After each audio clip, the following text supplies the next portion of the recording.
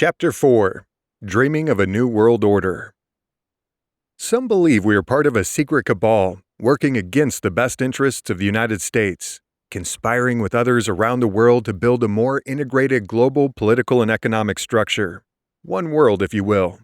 If that's the charge, I stand guilty, and I am proud of it. David Rockefeller, Memoirs, page 405. We are grateful to the Washington Post, the New York Times, Time Magazine, and other great publications whose directors have attended our meetings and respected their promises of discretion for almost 40 years. It would have been impossible for us to develop our plan for the world if we'd been subject to the bright lights of publicity during those years. But the world is now much more sophisticated and prepared to march towards a world government.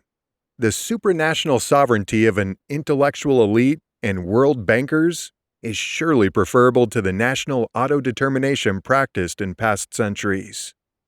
Attributed to David Rockefeller, Bilderberg. Translation: conspiring with others around the world to build a global political and economic structure that's controlled by an unelected intellectual elite and world bankers. The Federal Reserve System, working in concert with our government, is the very ground on which the bailout game is played. Acting as lender of last resort, the Fed not only props up our fraudulent banking system, it shifts the inevitable losses from the cartel to the American people. Far from protecting the public, it has overseen a transfer of wealth that, if fully calculated, would total many trillions of dollars. It is easy to understand how this empowers those who profit from the system and weakens those victimized by it. But the game is much larger than what we've seen to this point. The Federal Reserve System has expanded its operations. Through a complex tangle of bank loans, subsidies, and grants, the Federal Reserve is becoming the lender of last resort for virtually the entire planet. The numbers in this expanded game are much bigger, and the ultimate price we're to pay is terrifying. At this point, we're hemorrhaging more than money. We're being bled of our strength as a nation. And that is precisely the plan. With the creation of the World Bank and the International Monetary Fund, IMF, in 1944, the prospect of a world government ruled by an intellectual elite and world bankers became a very real possibility. Now, 80 years later, it is fast becoming a reality. The World Bank and the IMF. The World Bank and IMF were created at a meeting commonly referred to as the Bretton Woods Conference. The stated aims of these two new international agencies were, as one would expect, quite noble. The World Bank was established to make loans to war-torn or undeveloped nations. These loans, it was said, would help the borrowing nations develop their economies and raise living standards. Unfortunately, the loans did little more than help notoriously corrupt regimes run up enormous debts. Despite its claims, the World Bank's policies looked more like those of an institution obsessed with lending, no matter to whom and no matter with what results. The poor remained mired in poverty. Their governing elites amassed obscene fortunes. We'll cover this in more detail later in the chapter. The IMF was established to promote monetary cooperation between nations by maintaining fixed exchange rates between their currencies. Sounds great, but the way the IMF would achieve this goal was anything but great. At the time, currency exchange rates were determined by how much gold a particular currency could buy on the open market. As a very simple example, imagine $1 US can purchase 1 ounce of gold, whereas it takes 2 Canadian dollars to purchase an ounce of gold. Using this information, it's easy to determine the exchange rate for US and Canadian currency. $1 US is worth 2 Canadian dollars in this example. Politicians and bankers hated this method of determining exchange rates because they couldn't easily manipulate it. To illustrate, assume Canada wants to start creating lots of money out of nothing, inflating their currency. As they create more Canadian dollars, they drive down the purchasing power of those Canadian dollars. That loss of purchasing power will soon show up in the gold market. Suddenly, it takes 3 Canadian dollars to purchase an ounce of gold. Then, before long, it takes 4 or more. As gold reveals the weakness in the Canadian currency, Canada will suffer the legitimate consequences of its actions. The value of its currency will drop in world markets, and anyone buying with Canadian dollars will receive less in exchange for them. G. Edward Griffin describes the IMF's goal this way. The goal was to terminate the use of gold as the basis of international currency exchange and replace it with a politically manipulated paper standard, to allow governments to escape the discipline of gold so they could create money out of nothing without paying the penalty of having their currencies drop in value. Before we proceed, a little background on the two individuals who brought us the World Bank and IMF is in order. One was the well-known Fabian socialist from England, John Maynard Keynes, and the other was Assistant Secretary of the U.S. Treasury Department, Harry Dexter White. After an exhaustive investigation, a U.S. subcommittee concluded the following about White. White not only nullified U.S. policy, in effect, he reversed it. In collaboration with a small number of other high-ranking officials, he overbore the government of the United States.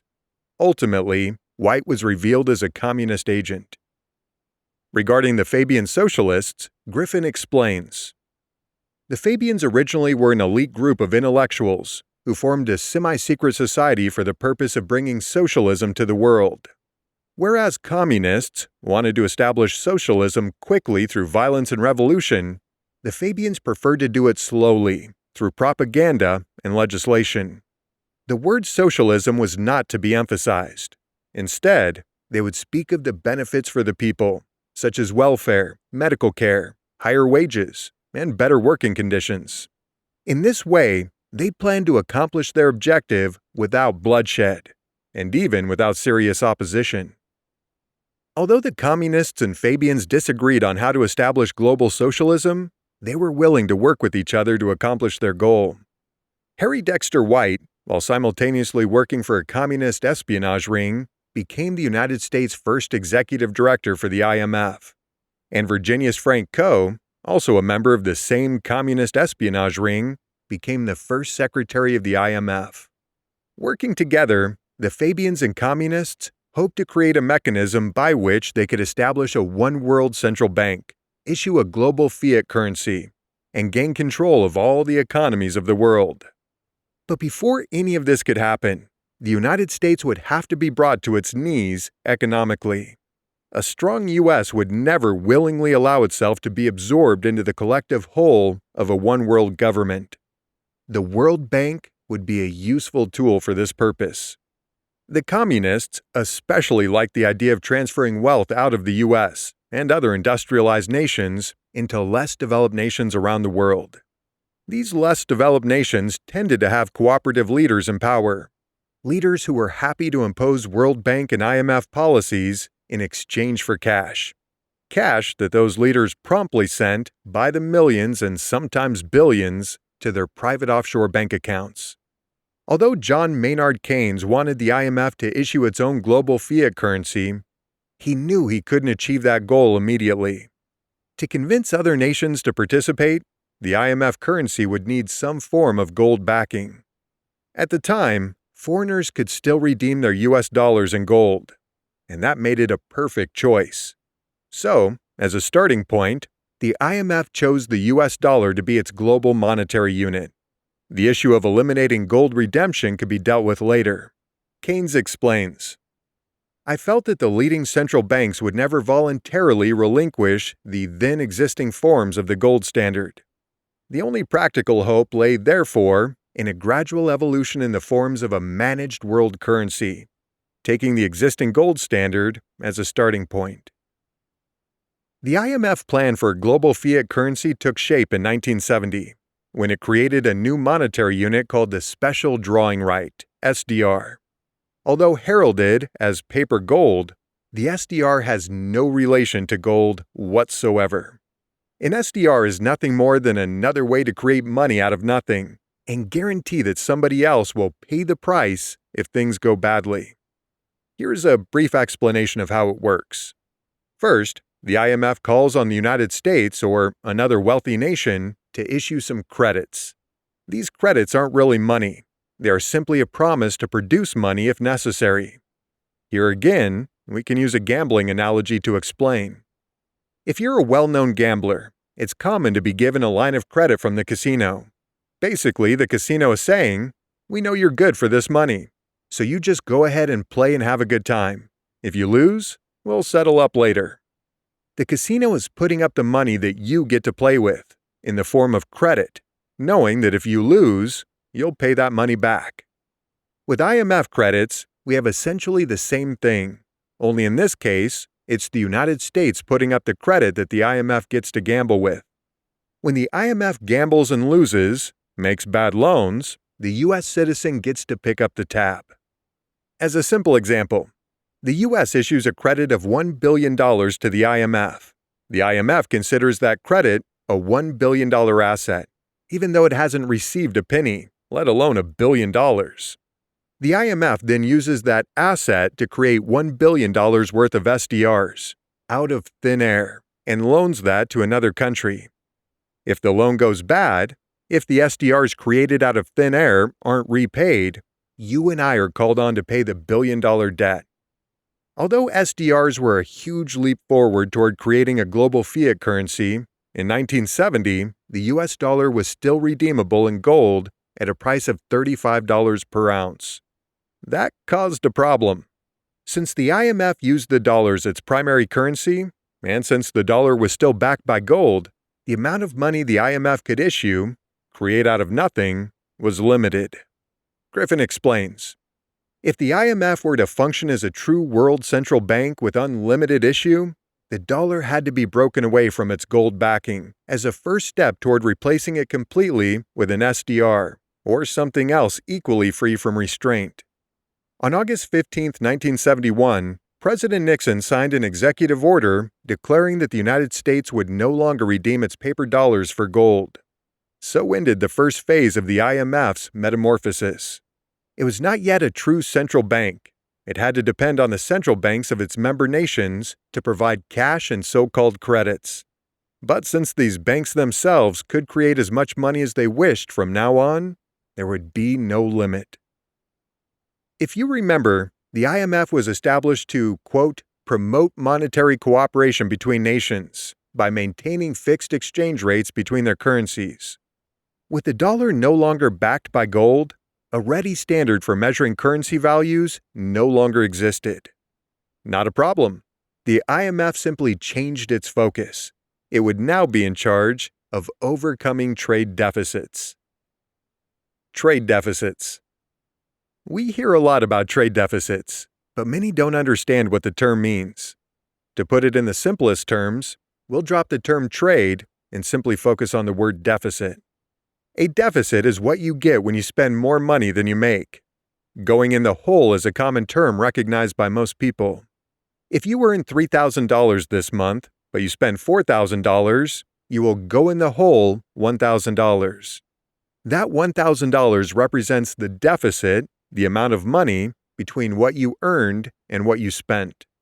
A trade deficit is very similar. If we say the United States trade deficit is $1 billion per day, it means the United States is spending $1 billion per day more than it's earning. More specifically, the United States is spending $1 billion more per day purchasing products and services from other countries than other countries are spending purchasing products and services from the United States. Whether you're a person spending more than you earn or a nation spending more than you earn, at some point you're going to run into problems.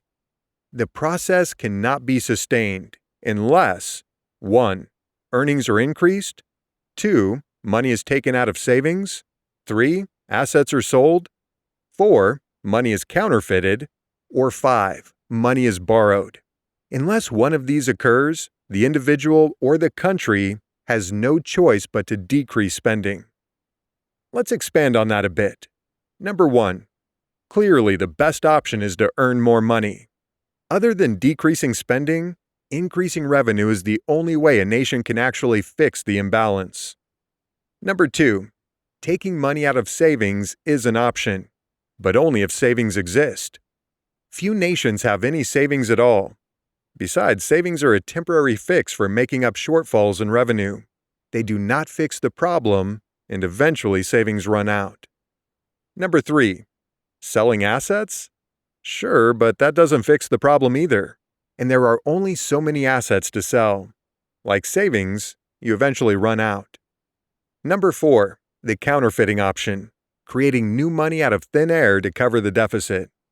This option only works if you're in the unique position of having your nation's currency accepted as the world's reserve currency. The United States dollar has enjoyed the advantages of this unique position for some time now, but it is also on the verge of suffering the unique consequences. In short, because the rest of the world has been willing to buy US dollars, stockpiling them so they can more easily trade with other nations, the Federal Reserve has been able to create boatloads of money without causing massive price inflation in America.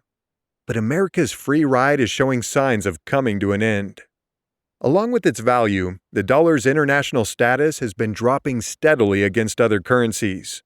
This decline not only decreases the likelihood other countries will continue buying dollars as fast as the Federal Reserve can create them, it increases the threat of a massive international move away from the dollar. If that happens, trillions of dollars, currently held in foreign banks, will flood into the U.S. economy, and America will experience price inflation unlike anything seen in its recent history. Again, counterfeiting only applies to the U.S. and might not apply for much longer. So let's move now to the final option all countries have for overcoming their trade deficits. Number 5. The fifth and final option is borrowing. Depending on how the borrowed funds are spent, this could be the worst option of all. If a country is already spending more than it earns, it makes little sense to further strain its financial resources by piling on debt and interest payments. But this final option is exactly where the IMF has positioned itself to help struggling nations overcome their trade deficits. The IMF, supposedly, now stands ready to loan these nations into prosperity. These loans do not go into private enterprise where they have a chance of being turned for a profit. They go into state-owned and state-operated industries, which are constipated by bureaucracy and poisoned by corruption. Doomed to economic failure from the start, they consume the loans with no possibility of repayment. Even the interest quickly becomes too much to handle, which means the IMF must fall back to the reserves, back to the assets, back to the credits, and eventually back to the taxpayers to bail them out. Whereas the International Monetary Fund is evolving into a world central bank, which eventually will issue a world currency based on nothing, its sister organization, the World Bank, has become its lending agency. In reality, the World Bank was seen by its founders as a way to covertly bring about social and political change. Its loans always come with strings attached. The change it was designed to bring about was the building of world socialism, and that is exactly what it is accomplishing today. Since the IMF World Bank agenda is always wrapped in appealing paper, we might be wise to peel back the wrapping and take a look inside. Let's examine some governments the World Bank has been kind enough to finance in exchange for help with implementing its policies. Financing corruption and despotism. In Zimbabwe, Uganda, Tanzania, and Ethiopia, we find disturbing examples of what World Bank help looks like. One could effectively argue the regimes in these nations, sponsored by the World Bank, have been less than humanitarian in their approach to improving the conditions of their people. Mass detentions, property confiscation, torture, and murder. Human beings forced off their land, loaded onto trucks, and resettled into compounds where they could be watched and controlled. It looks a lot more like tyranny when you rip away the utopia wrapping. In Laos, Syria, Indonesia, China, and the former Soviet Union, we see more of the same. Political opposition jailed, political opposition massacred, millions uprooted from their homelands, students murdered, religious leaders imprisoned, and civilians slaughtered. Yet those responsible have been given billions by the World Bank. The brutalities of these countries are all in a day's work for serious socialists who view them as merely unfortunate necessities for the building of their utopia. George Bernard Shaw, one of the early leaders of the Fabian socialist movement, expressed it this way: "Under socialism, you would not be allowed to be poor. You would be forcibly fed, clothed, lodged, taught, and employed, whether you liked it or not. If it were discovered that you had not character and industry enough to be worth all this trouble, you might possibly be executed in a kindly manner. But whilst you were permitted to live, you would have to live well. Getting rich along the way. Some seek political control, not for the good of others, but for their own personal benefit. In fact, a look at history reveals this is most often the case. Become a high-ranking official or leader of a country, and odds are you're going to enjoy a privileged life of wealth and power. When billions upon billions of dollars are being tossed around, it's naive to think the elites in charge of those billions aren't going to live by a different set of rules. Graham Hancock, in his book Lords of Poverty, has this to say about the international aid industry. Corrupt ministers of finance and dictatorial presidents from Asia, Africa, and Latin America are tripping over their own expensive footwear in their unseemly haste. For such people, money has probably never been easier to obtain than it is today. With no complicated projects to administer and no messy accounts to keep, the venal, the cruel, and the ugly are laughing literally all the way to the bank. All they have to do, amazing but true, is screw the poor, and they've already had plenty of practice at that. Griffin adds, while Nigeria and Argentina are drowning in debt, billions from the World Bank have gone into building lavish new capital cities to house government agencies and the ruling elite. In Zaire, Mexico, and the Philippines, political leaders became billionaires while receiving World Bank loans on behalf of their nations. In the Central African Republic, IMF and World Bank loans were used to stage a coronation for its emperor. The record of corruption and waste is endless. As bad as the story has been to this point, it wouldn't be complete without taking a look at the national prosperity that borrowing nations have enjoyed after receiving help from the IMF World Bank. In the interest of time, we'll cover just a few examples. Tanzania, prior to receiving loans from the World Bank, could feed its own population and was experiencing economic growth. In fact, Tanzania, in 1966, not only fed its own people, but its main export was food to other nations. $3 billion in loans later, its farms and industries were nationalized, and every business converted into a government agency. Under the new system, there was no longer enough food to feed the population, nor was there enough money to pay for the food that now had to be imported. That shortfall in funds was of course made up with even more loans and foreign aid. The country is now hopelessly mired in debt, with no way of getting out. Argentina went from having one of the highest standards of living in all of Latin America to being an absolute debt-ridden basket case. Following massive loans and the implementation of IMF demands, the gross national product went into a nosedive. Manufacturing fell to less than half capacity. Bankruptcy, unemployment, and welfare soared. And the enormous increase in the nation's money supply drove price inflation to 1,000,000%. From a prosperous people to paupers. Many wonder if the predictably disastrous policies used to blow out thriving economies are by accident or by design. When oil was discovered in Mexico, its politicians immediately took the promise of prosperity to the bank. With borrowed billions, they funded the creation of chemical plants, railroads, Petróleos Mexicanos, Pemex, and other industrial projects. However, having no knowledge of how to run these newly created entities as legitimate businesses, they lost money. Rather than correct the underlying economic imbalances, the government borrowed more money and even began creating its own fiat currency. When that proved ineffective, next came price controls, and then a doubling of the minimum wage. By 1982, the Mexican peso was so weak it was nearly worthless. Keep in mind, all of this was going on while oil prices and production were high. When oil prices started to decrease, it only made matters worse. By 1995, Mexican loans were in danger of default, and U.S. citizens, courtesy of Congress, were on the hook for $30 billion.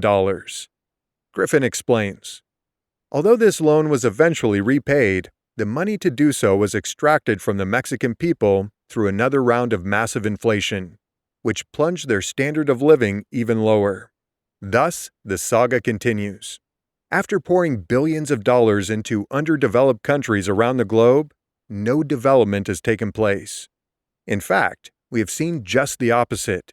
Most countries are worse off than before the saviors of the world got to them.